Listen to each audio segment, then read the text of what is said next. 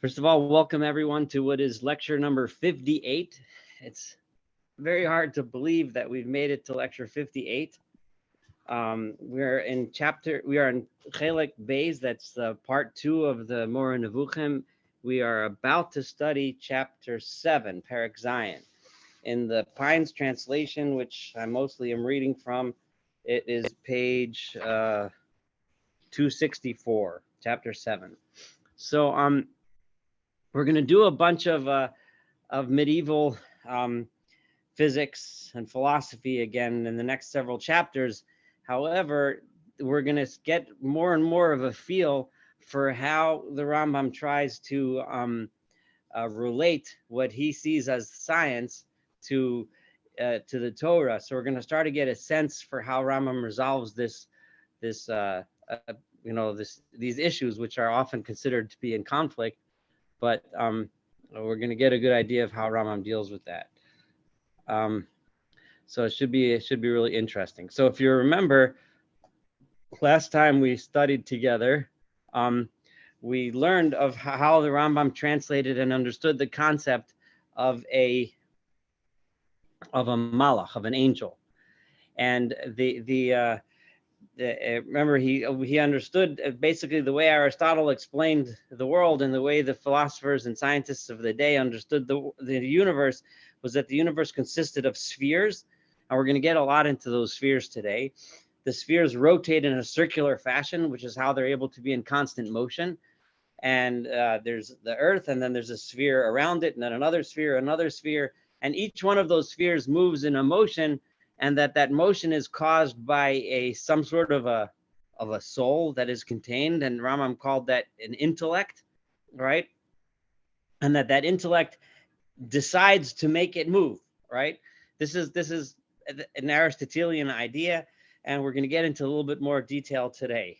So it's important to note that even though the physics of all of this is obviously extremely outdated, however, the way the Rambam applies it is not outdated, and it's very interesting how he deals with potential conflicts and so on. So there's still a lot in here for us to learn from, and so on. So let's do it. Let's start chapter 7.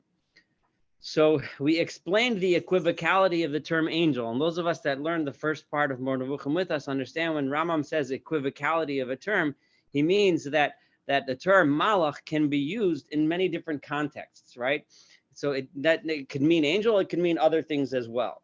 So so we already explained before that it includes the intellects, the spheres, and the elements. In other words, everything that's in this, basically that makes up the universe, right, can be called a malach, right? So the things themselves and the intellects that make them go into motion. Do not think, however, that the spheres or the intellects have the same rank as the other corporeal forces, which are a thing of nature and do not apprehend their acts. So the forces in Rambam's mind are, so for example, the fact that a rock falls, right? That's a natural force that's contained within the universe, that it's not a malach. It doesn't have an intellect. Or the fact that fire rises. It's not the same way you and I would call a force like the electromagnetic force or something like that. It's a force the way it was understood in Aristotelian physics. So for the spheres and intellects apprehend their acts. These intellects that make these spheres move, they know what they're doing. They're conscious. They're a conscious thing, right? They choose freely and govern, but in a way, so in other words, they actually decide to move, right? When the spheres that make them, that within which the moon is embedded, decides to rotate in a certain way, right?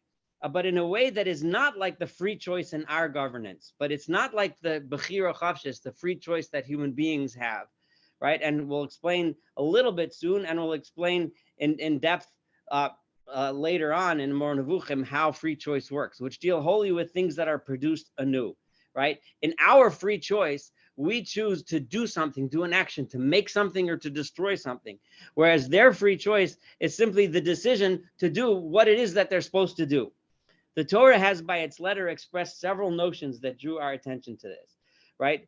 The fact that an angel can choose, but it can only choose to do the thing that it's supposed to do. So for example, the angel that says to Lot, for I cannot do anything, and so on. Other places, again, in order to deliver him, he says, behold, I have accepted thee concerning this thing also. So these are examples Rambam is bringing of places where we can see that a malach, that an angel, is not allowed to do anything other than that which he is supposed to do. Okay. All this indicates to you that they apprehend their acts. They do know what they're doing. They have will and free choice with regard to the governance committed to them, just as we have will with regard to that which from the foundation of our existence has committed to us and given over to our power. However, the difference is, and this is the short version, the longer version of how free choice works, like I said, we're going to have to wait for, but the short version is, we sometimes do things that are more defective than other things. We can choose to do bad, right? When we have a choice, I can choose to destroy something, I can choose to build something. This is with the assumption, of course, that destruction equals bad, which isn't necessarily always the case. But and our governance and our action are preceded by privations. In other words, we're missing something, right? I'm thirsty, so I can go get a drink. And when I can, I'm hungry, I can go get some food. I need a place to live, I can build a house, I can buy a house. I need clothes, I can go to the store, etc. So our choices are number one, they're influenced by our situation, they're influenced by a lack of something. Whereas these malachim, these angels, have no lack of anything, right? And also we can choose to do bad. We can choose to do the wrong thing. If I need a shirt, I can choose to steal somebody's shirt, or I can choose to go to the store and buy one, right? So whereas the angels don't have that choice, only thing they can choose to do is that which they are supposed to do, right? And so whereas the intellects and the spheres are not like that, but always do that which is good, and only that which is good with them, as we shall explain in several chapters, and we'll get back to this. And all that they have exists always in perfection, since they have come into existence. In other words, they're moving in that direction. The moon is doing its thing, going round and round, and the sun is going round and round. It's been doing that ever since they were created, and will always do that until whenever the creation is over, should that ever be. So now I want to point out a couple things. One of the things, Rambam gave us a little hint as to what our Bechira Chavshis means, what free choice means, is that we have the capability of making choices to destroy. We have the ability to make choices to do bad, whereas a malach only can choose to do good.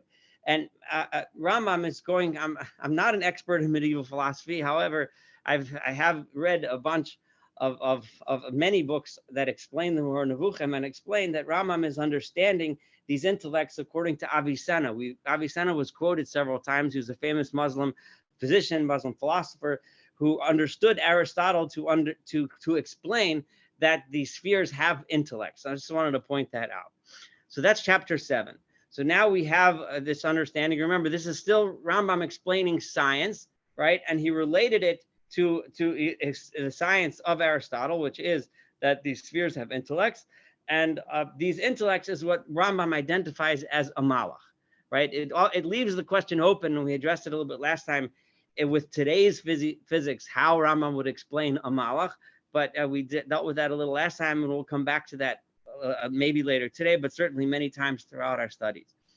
Next, let's go to chapter 8.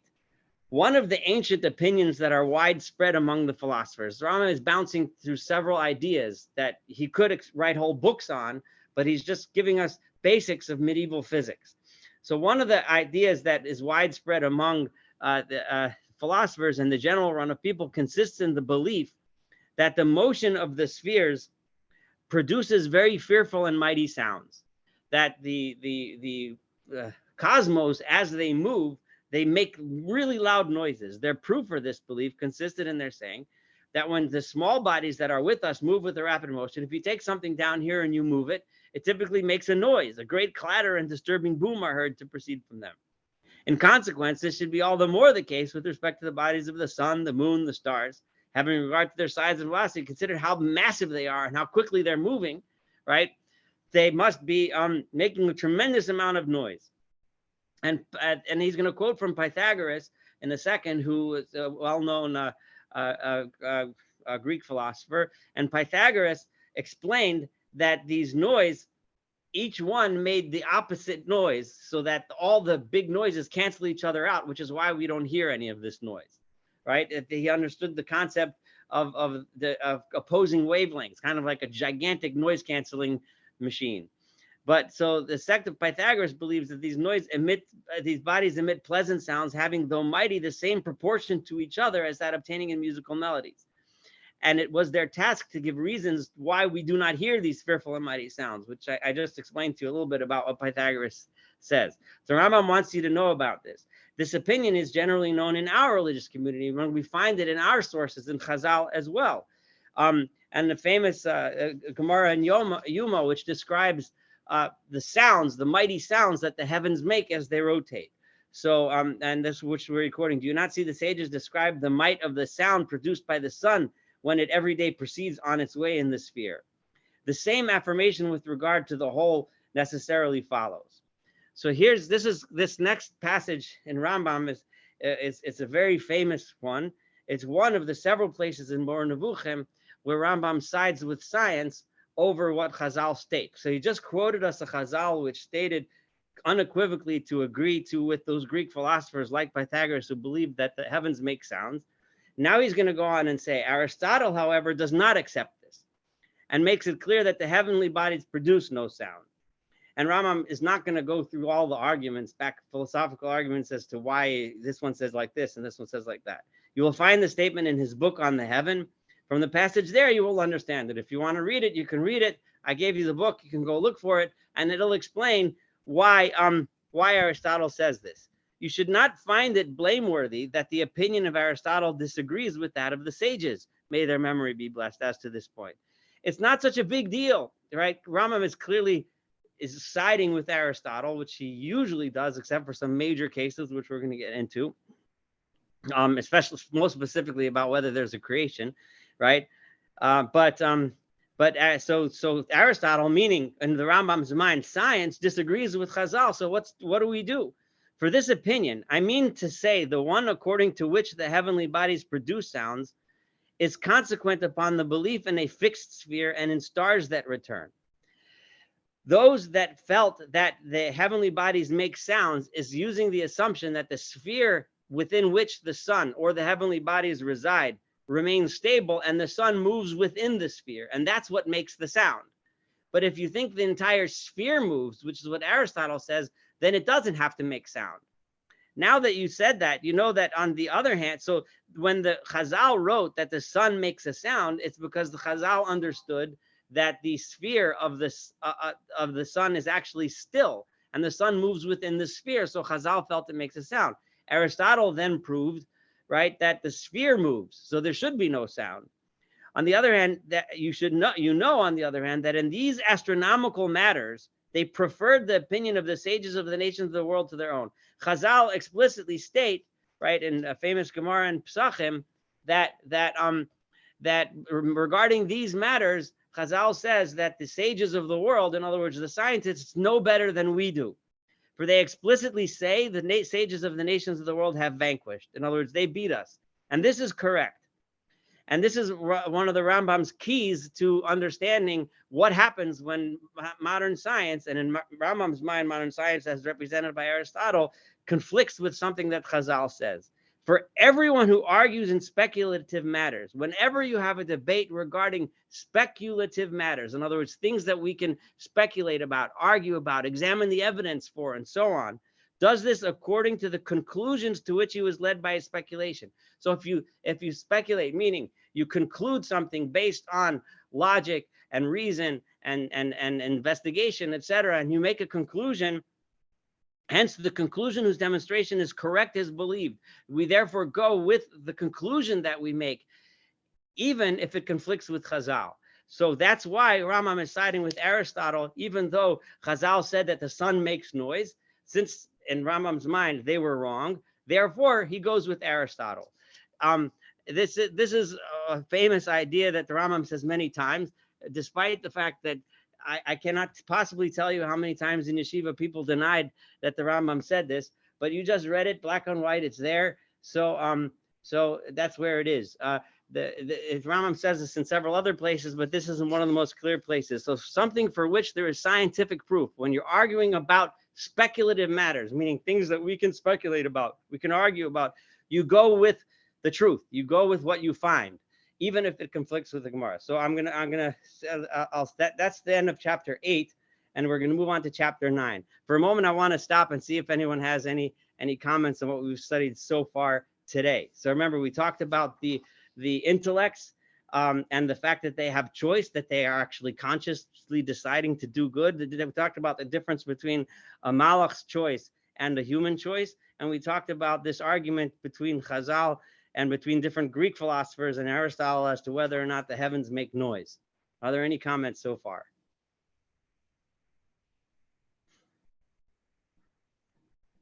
If there aren't, I'll move on. We can always save them for the end if something else comes up. So let's go on to chapter 9. Okay. So we have already made it clear to you. Okay, so now that the Rambam established what he said, that we're going to examine astronomy based on what the scientists, the philosophers, etc., of his time do. So Rambam is going to go into the number of the spheres. How many spheres are there?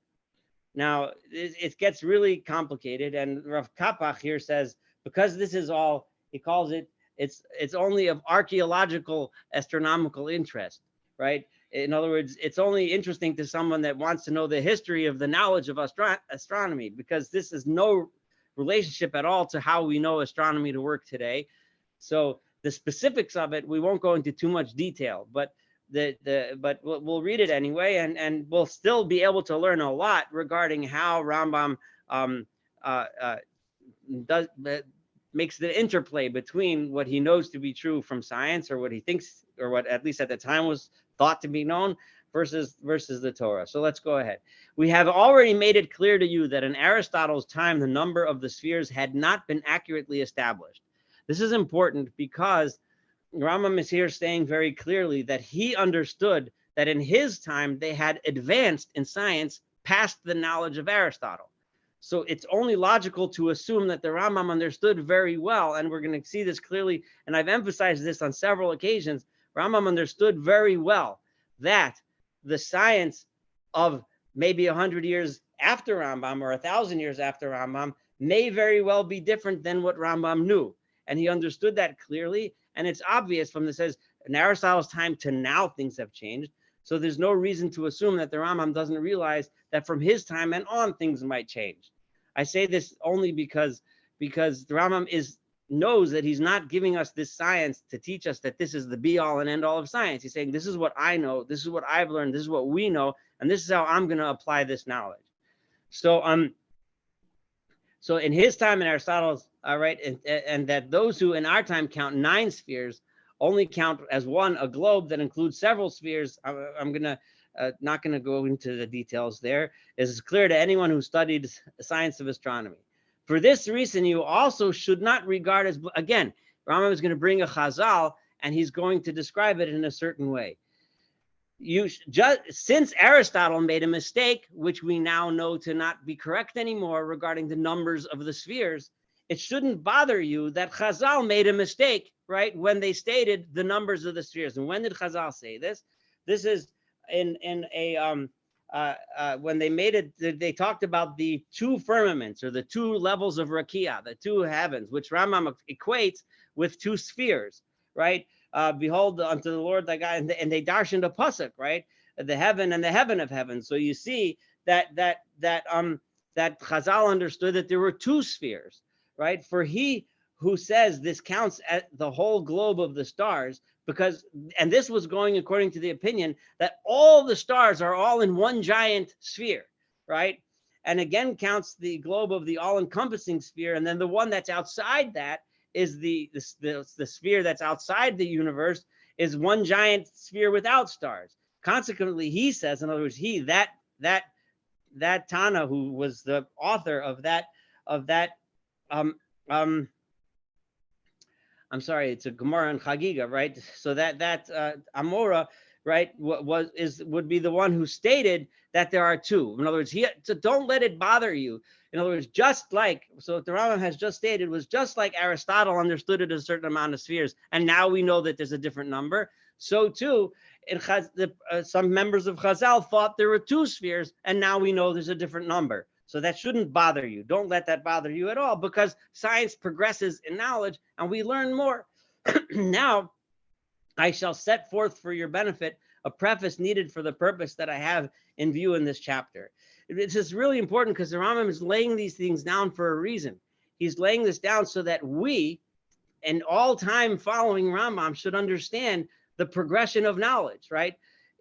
It would be wrong to say that Rambam understood what we now call, the scientific revolution, etc. But it would not be wrong to say that Rambam understood that scientific knowledge advances. Not just understood it, he's saying that clearly. So it shouldn't bother you.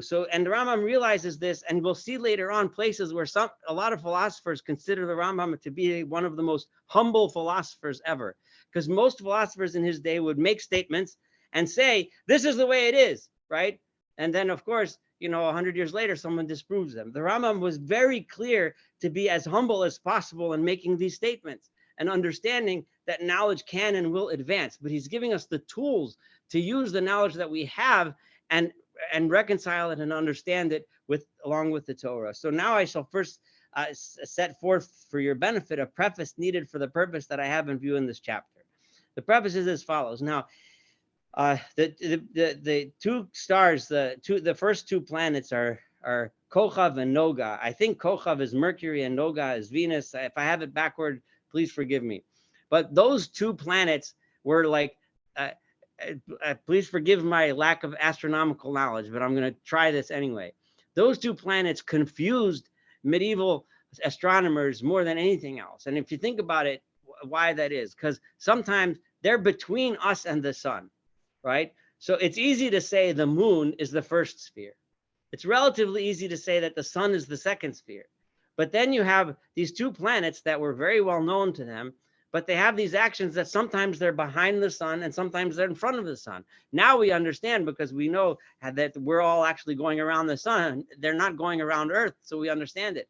But in those days, they were confused and like crazy. Like, is Mercury and Venus, where is their sphere? Is their sphere before? And remember, they're thinking of everything as concentric spheres. So they're totally confused. And Rambam is going to give us an example. He's going to tell us about this confusion right now. So here he goes. The preface: know that regarding the spheres of Venus and Mercury, there exists a difference of opinion among the early mathematicians about whether they are above the sun or below the sun. And when you read these books, so I say they're below the sun, but why is it sometimes they're behind the sun? Well, they come up with some explanation, and so on and so forth.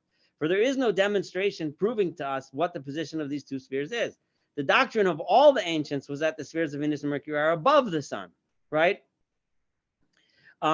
Know this and keep it entirely present in your mind. Then Ptolemy came and decided in favor that they're both below the sun, saying that the greatest likeness to a natural order would be and he understood, because if there's two, remember, they knew of two planets they knew of Venus and Mercury, and then they knew of Mars and Jupiter. So if there's two on one side, there's two on the other side. So therefore, that's the Rambam's short version of, no, I'm sorry, three bodies above and three below. So I guess they knew about whatever comes after Jupiter. Please forgive me. I don't know if someone can remind me. But regardless, so that was Ptolemy's proof. Then came latter-day groups of people in Andalusia that they said they were very proficient in mathematics, and conforming to Ptolemy's premises, they said that no, Venus and Mercury are above the sun. And then Ibn Afla of Sevilla, whose son I have met, this is really fascinating how the Rambam throws in personal details. I know the guy's son, right? He wrote a really good book about it. And thereupon, then the excellent philosopher named Abu Bakr ibn, I can't pronounce the name, under the guidance of one of whose pupils I have read texts, right? So I knew his student. I sat and learned with his student.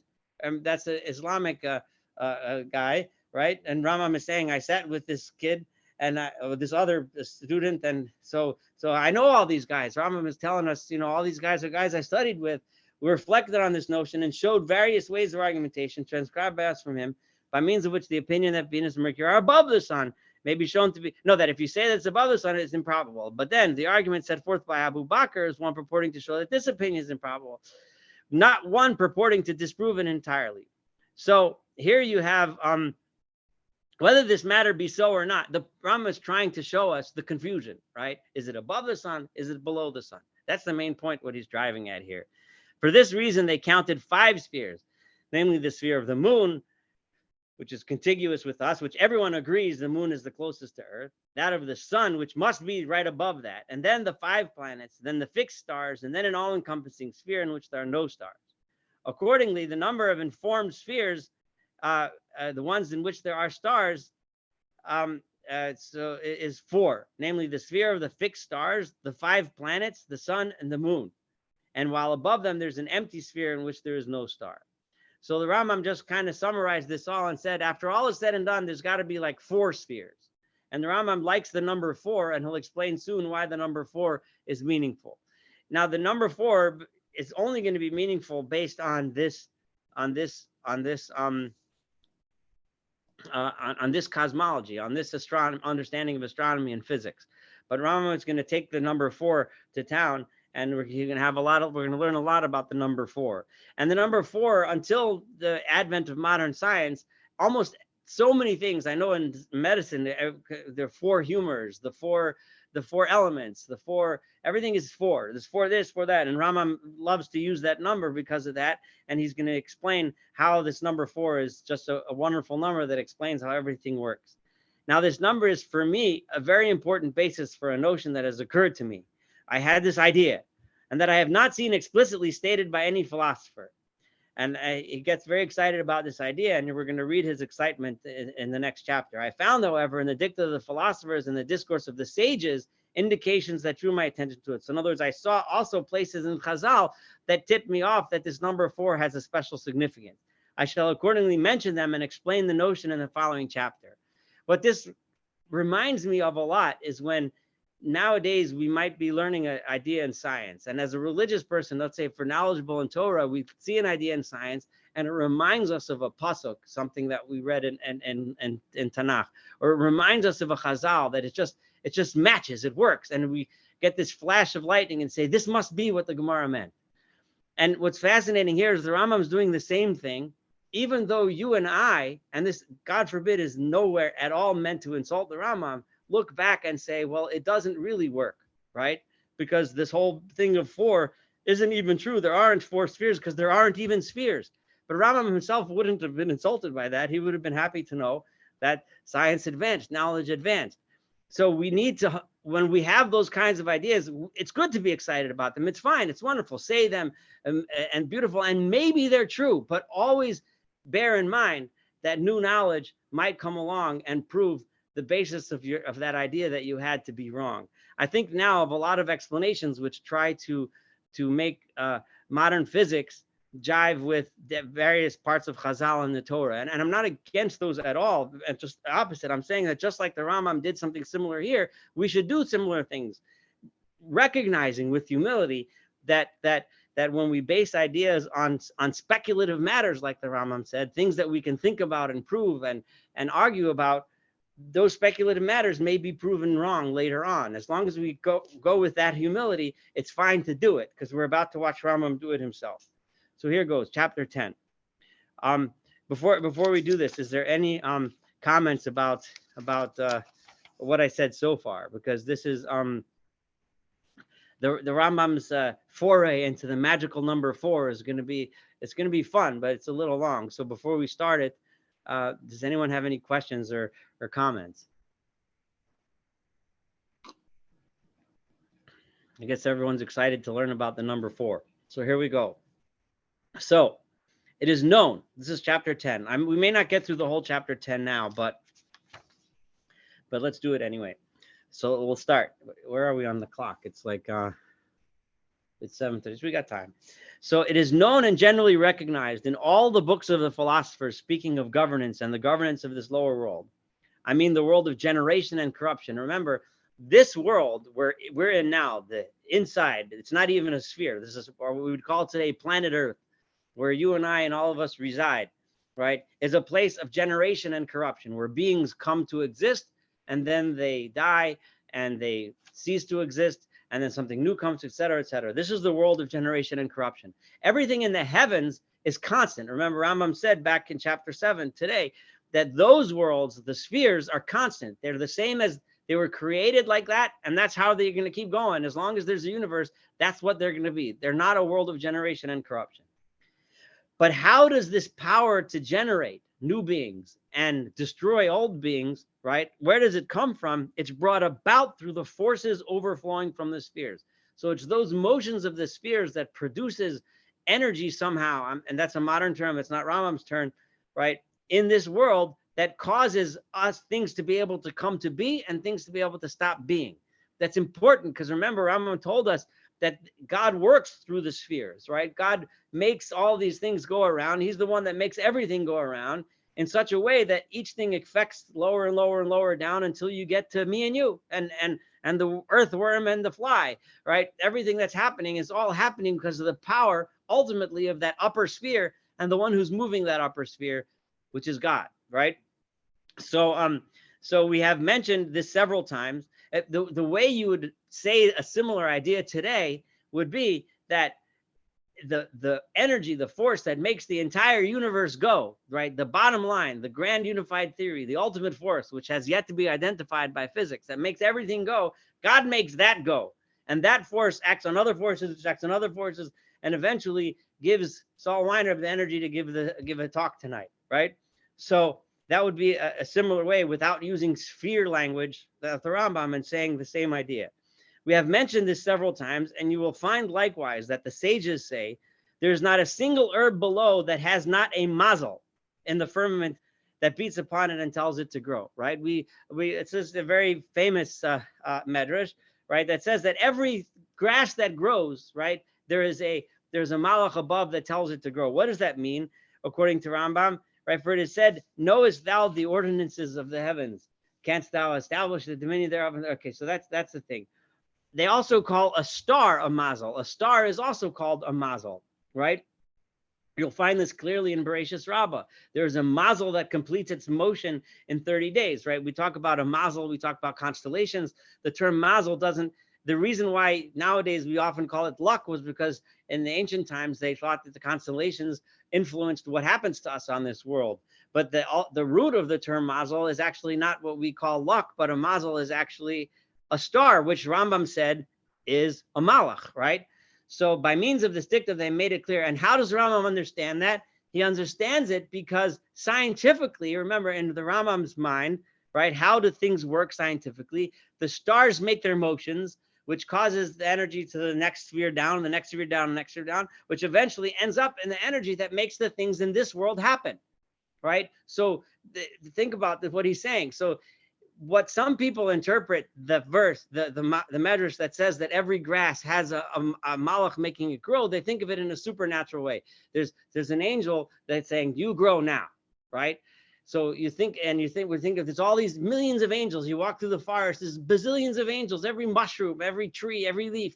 The Rambam sees it as just almost, well, it's almost the opposite, but almost exactly the same. He says, no, what it means is that the stars above, in other words, the forces of nature, makes every single little thing happen, right? Because the forces of nature are that mazel, are those stars above. In modern terms, it would be every single grass has in it the energy and the forces and the elements that come about from the original creation that God made. Every single blade of grass, right? So Rambam is saying it in a scientific way as opposed to a supernatural way, right? So by means of this dictum, they have made it clear that even individuals subject to generation, in other words, even us on this low world where things come up to be and go to disappear, have forces of the stars that are specially assigned to them, have forces of the stars that act upon that very single being. Because in order for us to move, we require the forces that come from above.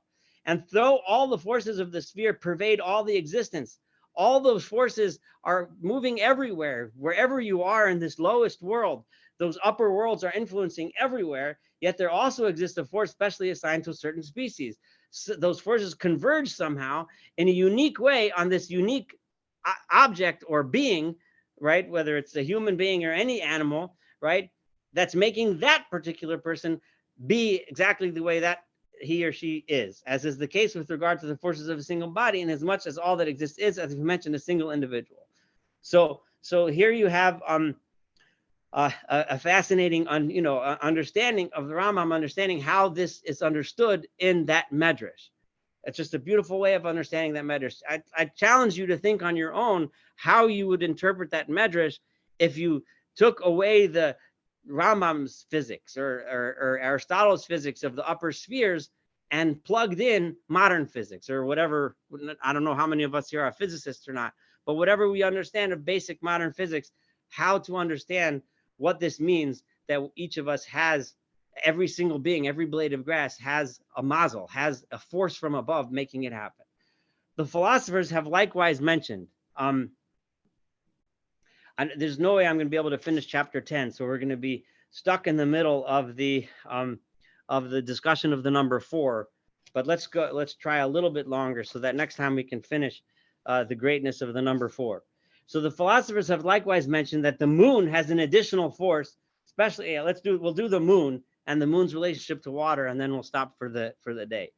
So and then of those spheres, which Rambam translated as 4 primary spheres, right? Remember, and Rambam's going to say this explicitly in a minute, but I'm going to give you a hint, right?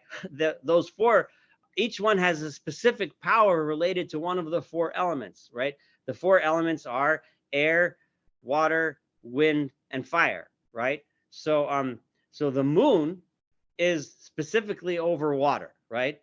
And the proof for this, and this is a very easily scientifically verifiable proof, right? This in the increase of the seas and the rivers, we can see the tides increase when the moon is closer, right? And we see due to the increase of the moon, as the moon gets bigger, meaning closer, so it appears bigger, the tides grow and the tides come in, right? And they're decreased when the moon's more distant, right? The seas go down. In other words, the tides go out, as well as in the fact that the flow of the seas comes with the advance of the moon and its ebb with its retrogression. You know, as the moon advances on, we see the flow advances, and so on and so forth. I mean to say, with its ascending and descending in the several quarters of the sphere. So the way they explained the distance of the moon was by it going up and down within the sphere within which it's embedded, right? So the moon is related to the element of water, right? Now the sun, guess which element the sun is related to? I think we can all kind of guess. The rays of the sun set in motion the element of fire, right? It is very manifest, as you may see from the fact that the heat going together with the sun interpenetrates that which exists, and that cold comes upon it when the sun gets farther. So based on the distance of the sun to where you are on Earth, right? They knew and understood that in the summertime it's hotter because the sun is closer. It's visibly observable. How they didn't understand the tilt of the Earth in those days, but they did know that the sun was slightly closer, making the world hotter. If the sun is a little bit farther away, it makes the world colder, right? So the sun gets farther from a place on Earth, there's in relation to it. This is too clear to be dwelt upon all that. We don't need to waste time proving it to you. It's obvious that the sun is fire. In consequence, when I knew this, it occurred to me, Rambam says, that while the 4 spheres having stars have forces that overflow from them as a whole towards all things subject to generation, these spheres being the cause of the latter, each sphere is also specially assigned to one of the 4 elements, right? It occurred to me that just like all 4 of those spheres act upon this world and act upon what's happening in this world, it must be that each one of those spheres acts upon, has a specific power over a specific one of the 4 elements. The sphere being the principle from which the forces of that particular element exclusively derive. And that in virtue of its motion causes the element to move in the motion of generation. So now that you understand that, when you have the moon moving around in one way and the sun moving around in another way, and the moon is affecting water and the sun is affecting fire, by the 2 moving, they're causing water and fire to mix and match in certain ways that creates the things and the phenomenon that we see in this world. So you can imagine how Rambam would explain then, for example, if the sun gets a little closer and the moon gets a little closer, so the water is being pushed towards the heat, and then you have steam, for example, right? So there you have an interaction between the 2, which he's explaining by saying it's the influence of the motion of the sun, which has influence over fire and heat, right? And the influence of the moon, which has influence over water, et cetera, et cetera. So thus the sphere of the moon moves the water, the sphere of the sun, the fire, while the sphere of the other planets moves the air. It is because of the multiplicity of the motions of these planets, their differences, their retrogressions, their direct progressions, their stations, and the shape. That's why the shapes of the air, its differences, its rapid contractions and expansions are multiple. That's why you have wind blowing. This is how it all works, right? The sphere of the fixed stars moves the earth.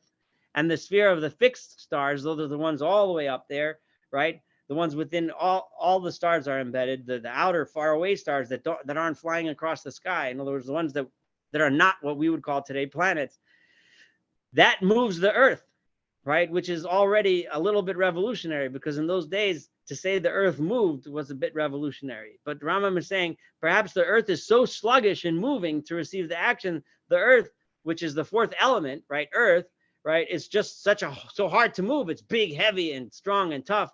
So the action, because the fixed stars are so slow in their motion, because even they, when carefully observed, do move, they're just much slower, right? So those move the earth, and that's why the earth moves so slowly. The sages gave an indication of the fixed stars being especially assigned to the earth, and they're saying that the number of the species of plants is the same as the number of the individual stars belonging to the totality of the stars. That would be another quote from Chazal. So this is then, I think it's worth stopping here, and we're going to go a little bit more onto the idea of the four and the significance of the number 4. But we're getting a sense for how Aristotelian cosmology and astronomy explains how the world works today, and how the Rambam relates it to Chazal. So now I'll stop and I'll take questions or comments from everyone about what we've done so far. If it's interesting stuff, I think. I hope. So let me know if anyone has any questions or comments.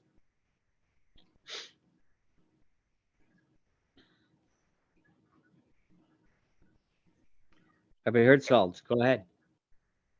Thank you. Yes. Thank you. All right. Well, thank you very much for participating. I will, Amir Hashem, next week we'll continue in the middle of chapter 10, and we'll keep on rolling. It's going to get more and more interesting as we go on. So we have a lot of fun stuff to learn. All right. Have a wonderful evening. Thanks for joining. Thank you. Welcome. Bye-bye.